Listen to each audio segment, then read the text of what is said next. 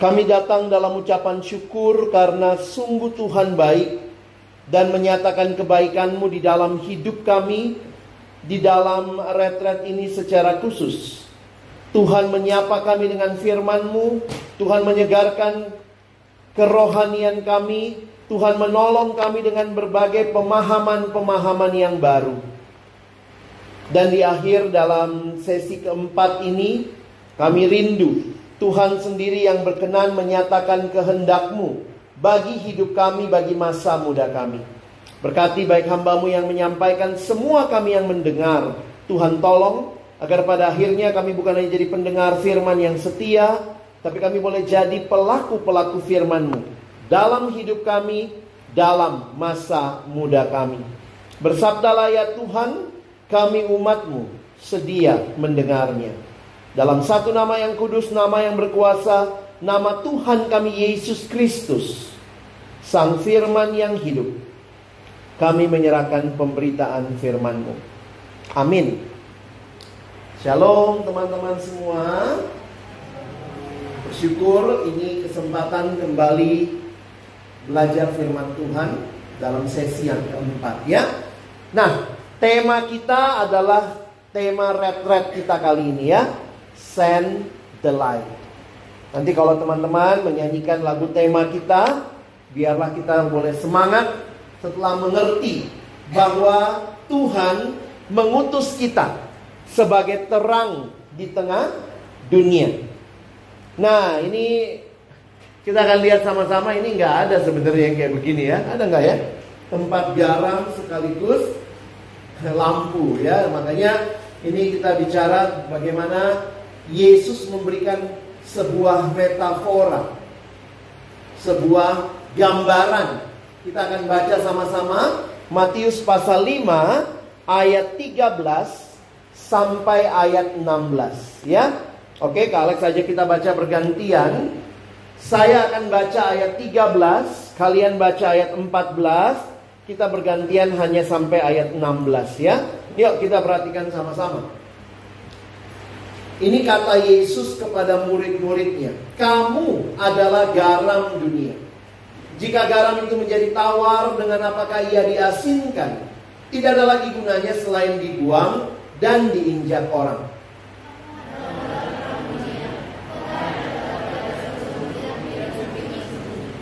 Lagi pula orang tidak menyalakan pelita lalu meletakkannya di bawah gantang, melainkan di atas kaki dian, sehingga menerangi semua orang di dalam rumah itu.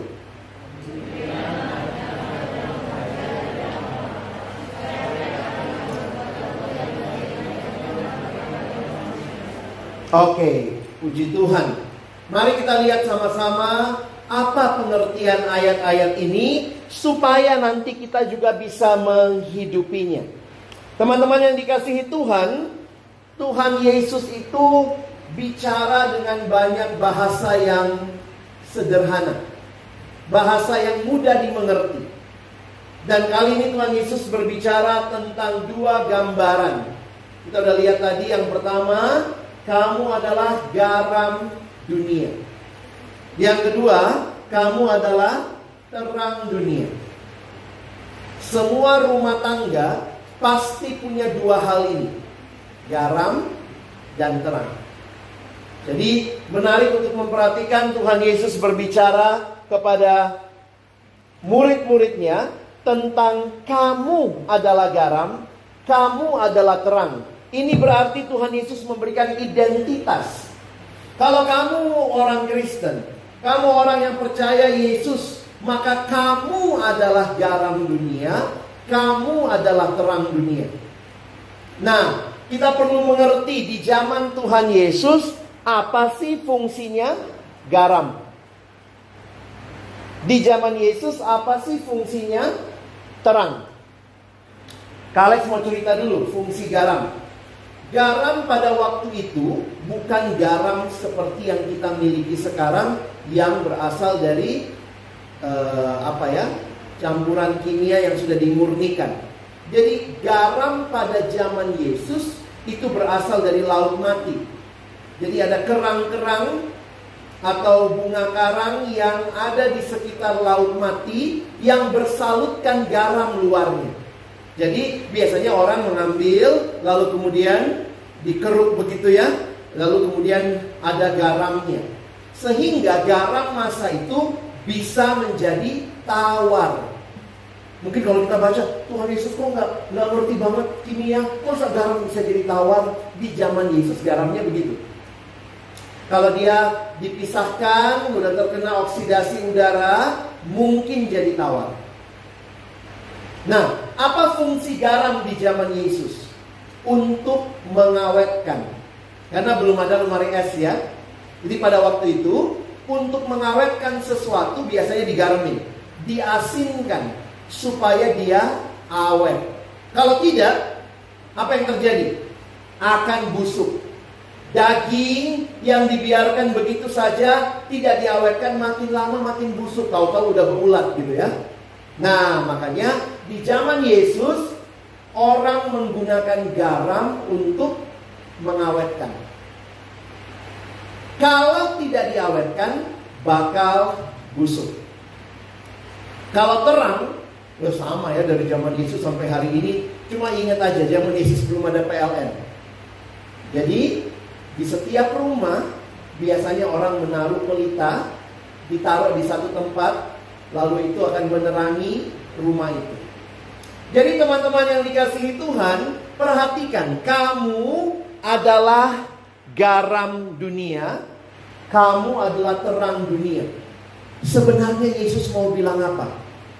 Kamu itu ada di dalam kondisi. Pertama, kita mesti mengerti fakta dunia. Lalu kemudian kita mengerti fakta murid Kristus. Karena apa? Kita garamnya dunia. Kita terangnya dunia. Emangnya dunia kenapa sih? Nah, lihat ya. Kita akan belajar dua fakta tentang dunia. Kenapa harus ada garam dunia? Karena dunianya sudah gelap di dalam dosa. Dunianya busuk di dalam dosa. Ini gambarnya gelap sebenarnya ya. Ini hitam. Di tengah dunia yang gelap, di tengah dunia yang busuk, ini faktanya. Dosa itu membelenggu teman-teman. Tapi apa faktanya? Murid Kristus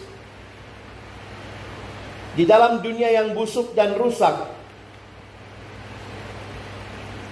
kondisi dunia yang busuk.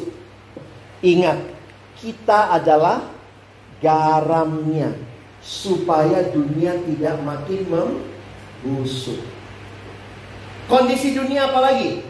Kondisi dunia dalam kegelapan. Dikasih tahu, kamu adalah terang dunia.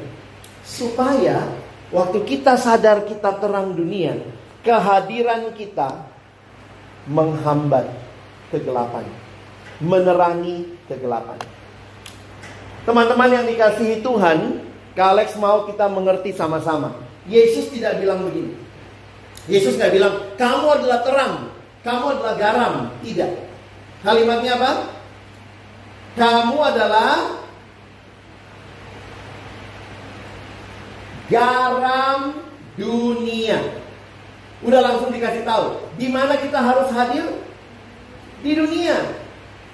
Kalau kamu bilang, wah saya di retret, saya adalah terang, puji Tuhan. Tapi kamu bukan terang yang kumpul hanya sama terang. Kamu garam dunia, kamu terang dunia. Di mana hadirnya? Di dunia. Garam jangan cuma kumpul sama garam ya, nanti jadi gudang garam. Gitu ya. Garam harus berfungsi di dalam dunia. Terang harus berfungsi di dalam dunia. Karena itu tema retret kita penting banget. We are not just light. Kita bukan hanya terang, tetapi kita diutus. Send the light. Biarlah cahaya kita yang adalah orang-orang yang mengalami terang kasih Tuhan. Kita diutus untuk jadi terang di dunia di mana kamu dan saya hadir. Oke? Jadi ini puncaknya tema kita. Kemarin kita udah lihat kegelapan. Tadi malam kita udah lihat bagaimana dosa begitu mengerikan, tapi kita sudah buka hati terima Yesus. Pagi tadi kita udah belajar bagaimana bertahan dalam dunia yang gelap. Ternyata bukan cuma bertahan dalam dunia yang gelap, kita diutus jadi terang. Luar biasa Tuhan ya. Tuhan tidak hanya selamatkan kita, lalu kemudian kumpul-kumpul saja di antara kita, tapi Tuhan utus kamu kembali masuk ke dalam dunia di mana kita hadir. Kembali ke keluargamu, kembali ke sekolah, kembali ke tengah masyarakat. Kita diutus jadi garam dan terang dunia. Untuk apa? Hidup berbeda dengan dunia. Teman-teman, kamu garamnya dunia, kamu terangnya dunia. Ingat, kita bukan dunia. Kita garamnya, kita terangnya tadi ya. Kita garamnya, kita terangnya. Supaya ketika kita hadir, kita berbeda dengan dunia. Belajar hidup berbeda. Yang lain bilang nyontek aja. Anak muda zaman sekarang silakan free love, free sex. No, anak Tuhan bilang tidak. Saya garamnya dunia, saya terangnya dunia. Harus berbeda. Jangan lupa diri. Kadang-kadang bawa KTP kita ya, KTP rohani. Wah, saya anak Tuhan, saya terang Tuhan. Jadi waktu orang bilang ayolah ikut lakukan ini, tidak, saya beda. Ini tantangan yang kita hadapi waktu mempertahankan identitas. Ada beberapa tantangan yang Kak Alex daftarkan. Tantangan pertama, untuk bisa terus jadi garam dan terang, hati-hati. Di sekitar kita itu banyak sekali nilai dunia. Nilai kerajaan dunia itu is. Biar gampang ingatnya ya. Egois, pragmatis itu begini ya. Pokoknya yang penting ada nggak gunanya buat saya. Sehingga orang itu berpikir selalu saya dapat apa? Saya dapat apa? Anak muda sekarang juga gitu ya. Tahu-tahu gue ke gereja nggak dapat apa-apa kok. Males ke gereja nggak dapat apa-apa. Terus saya nanya, emangnya lu nggak siapa? Kita hanya berpikir saya dapat apa? Saya dapat apa? Yang penting praktis, yang penting enak. Ini generasi yang praktis, pragmatis, senangnya semua yang katanya generasi yang empang, ya maaf ya. Generasi yang empang, maunya enak dan gampang. Wah, ini generasi yang instan, hedonis, konsumeris, materialistis. Ada anak remaja datang sama saya, bilangnya gini, gimana ya Kak supaya belajar itu pakai prinsip ekonomi? Ini mau pragmatis ya. Prinsip ekonomi itu apa? Belajar sedikit-sedikitnya, nilai setinggi-tingginya. Gimana caranya? Berdoa. Tuhan juga bingung nolong kamu. Kadang gitu ya. Bagaimana belajar sedikit-sedikitnya, nilai setinggi-tingginya, lalu mulai muncul ide-ide kreatif gila. Iya ya, mungkin direbus saja ya bukunya ya, diminum airnya. Nolong? Dibawanya juga ke dunia rohani. Bagaimana caranya ya Kak? Ngerti Alkitab tapi nggak pernah dibaca. Gimana cara? Tuhan juga bingung nolong kamu. Kadang-kadang manusia mencobai Tuhan. Manusia berdoa gitu, Tuhan beri kesehatan, rokoknya jalan terus. Gimana tuh? Ini generasi yang cuma senangnya, yang enak, yang gampang. Tuhan pun jadi sesuatu yang sekadar kalau ada gunanya buat gua ikut dia. Teman-teman ingat, kita garam dunia, kita terang dunia. Jangan ikut dunia. Ini nilai-nilai kerajaan dunia. Emangnya bagaimana nilai kerajaan Allah? Nah, nilai kerajaan Allah itu kean. Ya, kebenaran, keadilan, ya, kejujuran, kesetiaan, kebaikan. Sebutkanlah semua, tentu yang baik-baik ya. Jangan kau tahu juga, oh kejahatan masuk juga ke Anda. Enggak. Apakah kita mau hidup dengan identitas yang baru ini? Masih ingat Daniel di Alkitab? Daniel harus menghadapi pilihan Mau melawan raja, oposisi, atau kompromi sama raja? Wah, bagi saya luar biasa. Daniel bilang tidak kepada raja. Wih, masuk gua singa. Tapi di dalam gua singa, Daniel, dia dibebaskan oleh Tuhan. Kenapa? Tuhan jauh lebih berkuasa daripada sang raja. Jadi adik-adikku yang dikasihi Tuhan, pulang dari sini, mungkin ada tantangan, mungkin ada halangan, tapi ingat terus. Dan hari ini Kak Alex mau kasih tahu sama kamu, identitas kita itu terkait dengan Yesus. Saya lama bergumul gitu ya, waktu baca ayat-ayat ini. Karena kan dibilang begini, kamu adalah terang dunia. Oke ya, benar ya? Sekarang Kak Alex nanya, yang terang dunia siapa? Yesus atau kita? Loh, kan tadi kalimatnya Yesus bilang, kamu adalah terang dunia. Jadi yang terang dunia Yesus atau kita? Yesus. Terus tadi kalimatnya apa? Dua-duanya. Kita terang dunia, Yesus juga terang dunia. Nih, banyak dong terang dunia. Biar terang ya. Nah, Yesus sendiri bilang dia terang dunia. Ayatnya ada. Coba baca Yohanes 8 ayat 12. Yuk kita baca ya. 1, 2, ya. Akulah terang dunia. Barang siapa mengikut aku, ia tidak akan berjalan dalam kegelapan, melainkan ia mempunyai terang hidup. Oh, bukan cuma sekali. Yesus ngomong lagi nih. Yohanes 12 ayat 46. Aku telah datang ke dalam dunia sebagai terang, supaya setiap orang yang percaya kepadaku jangan tinggal di dalam kegelapan. Jadi saya tanya lagi nih, yang terang dunia siapa sih? Kita atau Yesus? Yesus. Kita juga. Loh, Tuhan Yesus bilang kamu terang dunia. Siapa yang bilang kita terang dunia? Manusia terang dunia. Siapa yang bilang Yesus terang dunia?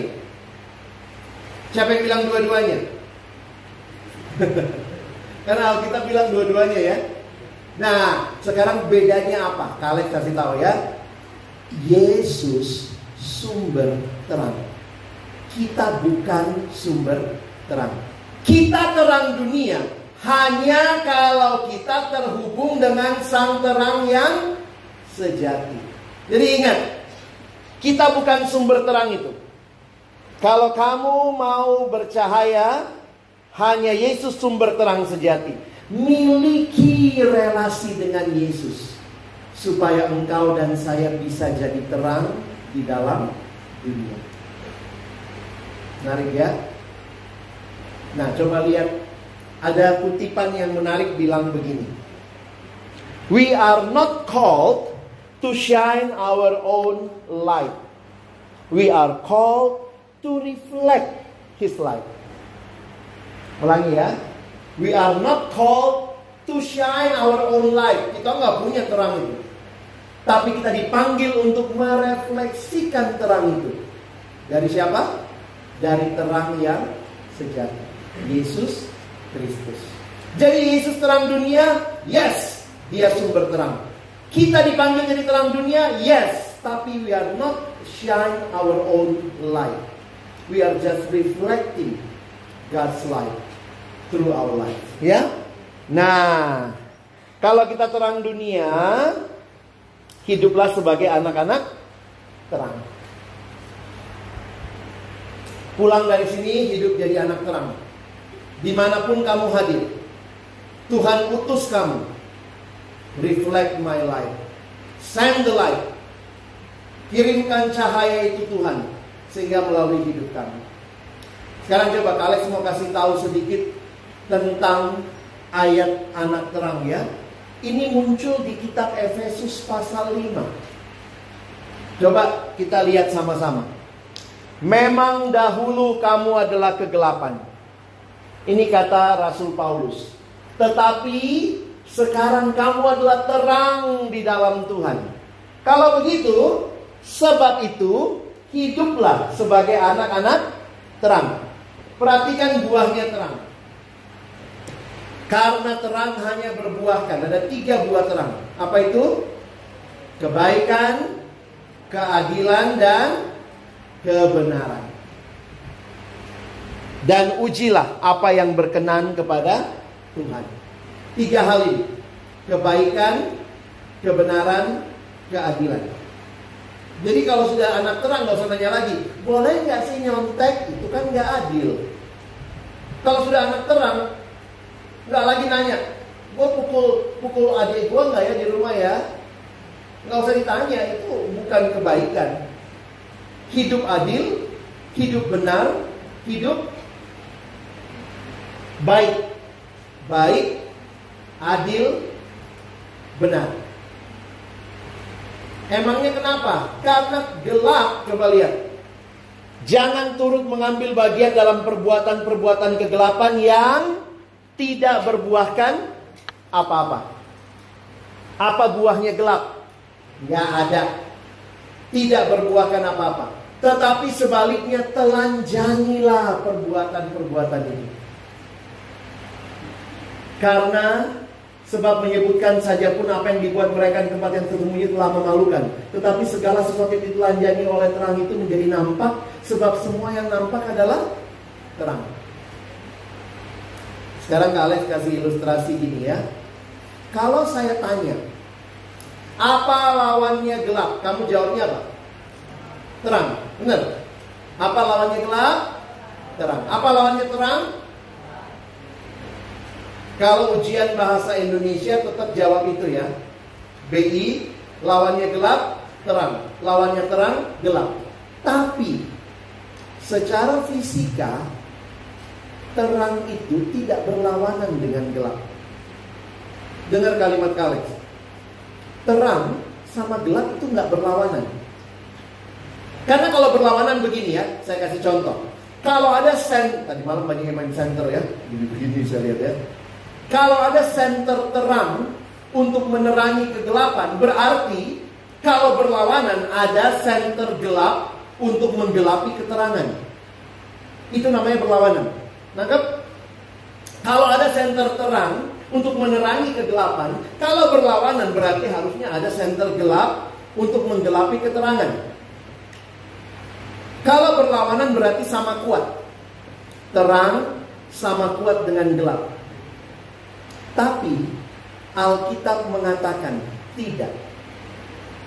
Allah itu terang, iblis itu gelap. Allah sama iblis satu sama? Tidak. Terang lebih kuat dari gelap. Oke, Kak Alex cerita lagi ya. Saya kasih ilustrasi. Ini cerita tentang gua. Goa, bukan gue. Ini cerita tentang gua. Jadi Alkisah adalah sebuah gua yang hidup di dasar bumi yang gelap dan dingin. Satu waktu gua ini yang hidup di dasar bumi yang gelap dan dingin, gua ini satu waktu dapat undangan. Dia dapat undangan dari matahari yang hidup di permukaan bumi. Jadi matahari kirim undangan. Gua datanglah ke permukaan bumi. Karena gua belum pernah jalan-jalan di permukaan bumi ya. Hari yang ditunggu tiba. Gua datang ke permukaan bumi. Lalu matahari ajak gua jalan-jalan, melihat keindahan permukaan bumi. Setelah keliling-keliling, sore menjelang, gua selesai berkunjung, gua mohon pamit, gua kembali ke rumahnya di dasar bumi yang gelap dan dingin. Sesudah itu, dia merasa berhutang budi sama matahari. Apalagi matahari bilang, dia belum pernah lihat kegelapan. Gua bilang, mampirlah ke tempatku. Maka gua mengirimkan undangan kepada matahari, undangan balasan. Mat, datanglah ke tempatku. Aku akan ajak kamu keliling-keliling. Hari yang ditunggu tiba. Matahari datang mengunjungi gua di rumahnya di dasar bumi yang gelap dan dingin.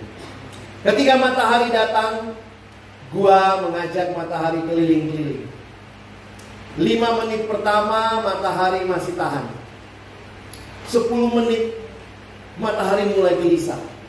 15 menit akhirnya matahari nggak tahan. Dia bilang, gua berhenti. Kamu udah ngajak saya keliling-keliling dari tadi. Kau janjikan sama saya mau tunjukin kegelapan. Udah 15 menit kita keliling. Mana kegelapan itu? Bisa nangkep ceritanya? Kalau ada terang, gelapnya kemana? Hilang. Jadi terang berlawanan sama gelap. Tuhan sama kuat sama iblis. Terang sama gelap itu bukan satu sama ya, bukan 1-0, 1000-0. Jauh lebih kuat terang. Makanya perhatikan, justru dikatakan buat kita anak terang, tetapi sebaliknya telanjangilah perbuatan-perbuatan itu. Kehadiranmu, kehadiranku, waktu kita hadir dalam dunia yang gelap, supaya orang melihat terang. Supaya orang tidak hidup di dalam kegelapan. Itulah yang Tuhan ingatkan lewat Rasul Paulus di Filipi 2. Coba baca ayatnya, Filipi 2 ayat 15. Kita baca sama-sama ya. 1, 2, ya. Supaya kamu tiada beraib dan tiada bernoda, sebagai anak-anak Allah yang tidak bercela di tengah-tengah angkatan yang bengkok hatinya dan yang sesat ini, sehingga kamu bercahaya di antara mereka seperti bintang-bintang di dunia. Supaya kamu bercahaya. Ada lagu bilang tetaplah menjadi bintang di langit gitu ya. Ini enggak. Kita diminta tetap jadi cahaya di tengah dunia. Seperti bintang-bintang di dunia. Inilah tema retret kita. Kita pulang dengan tema ini. Saya dulu hidup dalam kegelapan. Saya dulu cinta dosa. Saya sudah kenal Yesus. Dia terang sejati. Sekarang saya hidup dalam terang. Saya masih bergumul. Kadang-kadang ada tantangan. Tapi saya mau kenal Tuhan. Saya mau pegang firman Tuhan. Dan akhirnya kita diutus jadi terang. Di mana? Di tengah-tengah studi kita. Kalex harap cara belajarmu menunjukkan kamu anak terang. Belajar dengan baik, punya ilmu yang baik, pakai ilmumu membawa berkat bagi orang lain. Jadi bukan hanya orang pintar, itu banyak. Tapi orang pintar yang hatinya gelap, ngeri sekali. Kalex pernah baca satu artikel berita di koran. Pembobol kartu kredit. Dia bobol kartu kredit orang. Barang dikirim ke rumah dia. Tagihan ke rumah orang lain. Nah itu pembobol kartu kredit ya. Dan siapa dia? Ternyata dibilang ketahuan. Mahasiswa S2 ilmu komputer salah satu perguruan tinggi swasta di Jogja. Saya mikir gini ya. Orang kalau pintar tapi hidup dalam gelap, dia bahkan menjadi orang yang mencelakakan orang lain. Tapi kalau dia pintar dan dia pakai kepintarannya untuk kemuliaan Tuhan, dia pakai kepintarannya memberkati orang lain, itulah yang Tuhan mau. Send the light. Kita hadir sebagai terang di dalam dunia, di dalam cara belajar kamu jadi berkat. Waktu kamu bergaul, kamu jadi terang. Kalau kamu bergaul, kamu ikut pergaulan yang tidak benar, ya itu salah. Tapi kalau kamu hadir sebagai terang, orang-orang bisa lihat, iya ya, ini berbeda. Nanti untuk Bapak Ibu Guru juga, cara bekerja kita. Kalau nanti adik-adikku kalian bekerja juga, ingat kalian hadir sebagai terang. Yang lain korupsi, saya tidak. Saya mau hidup berintegritas. Dan nanti sampai kalian berumah tangga, kiranya rumah tanggamu memancarkan terang kasih Tuhan.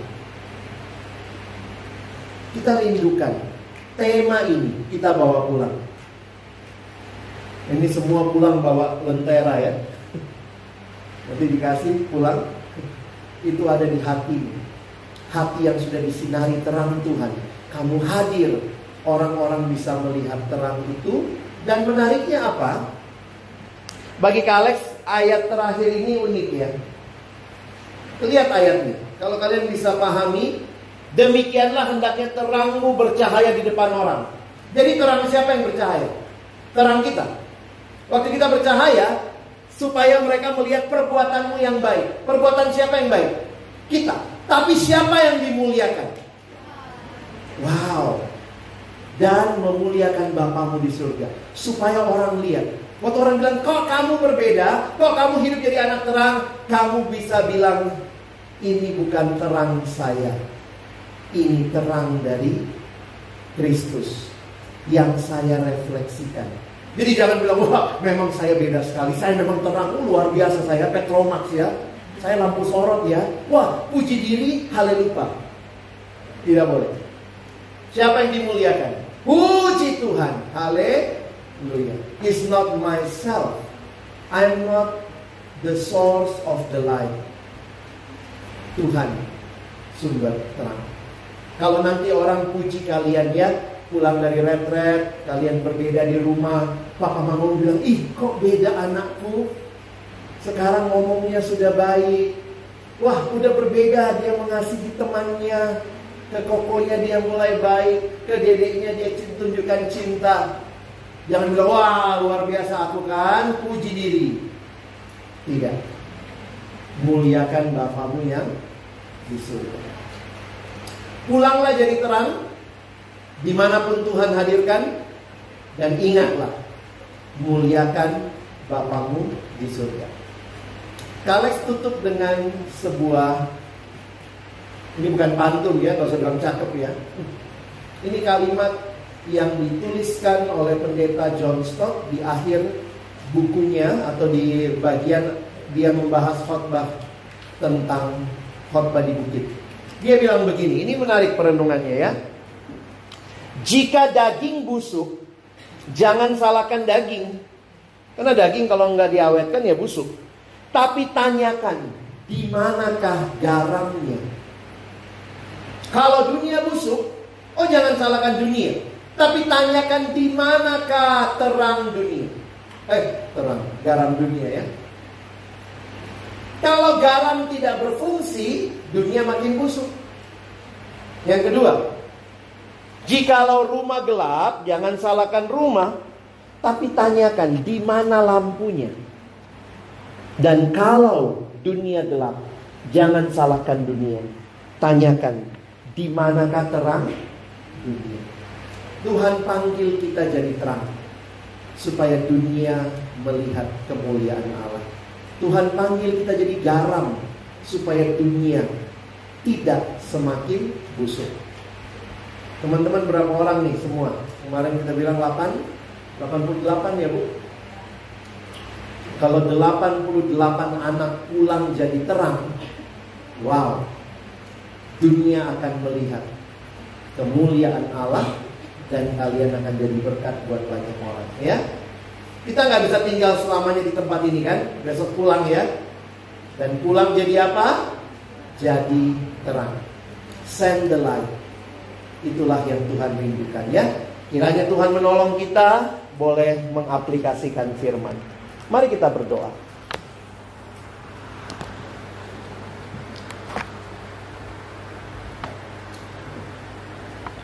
Sebelum Kak Alex tutup dalam doa, saya kembali mau mendoakan jika ada adik-adikku yang rindu pulang dari tempat ini.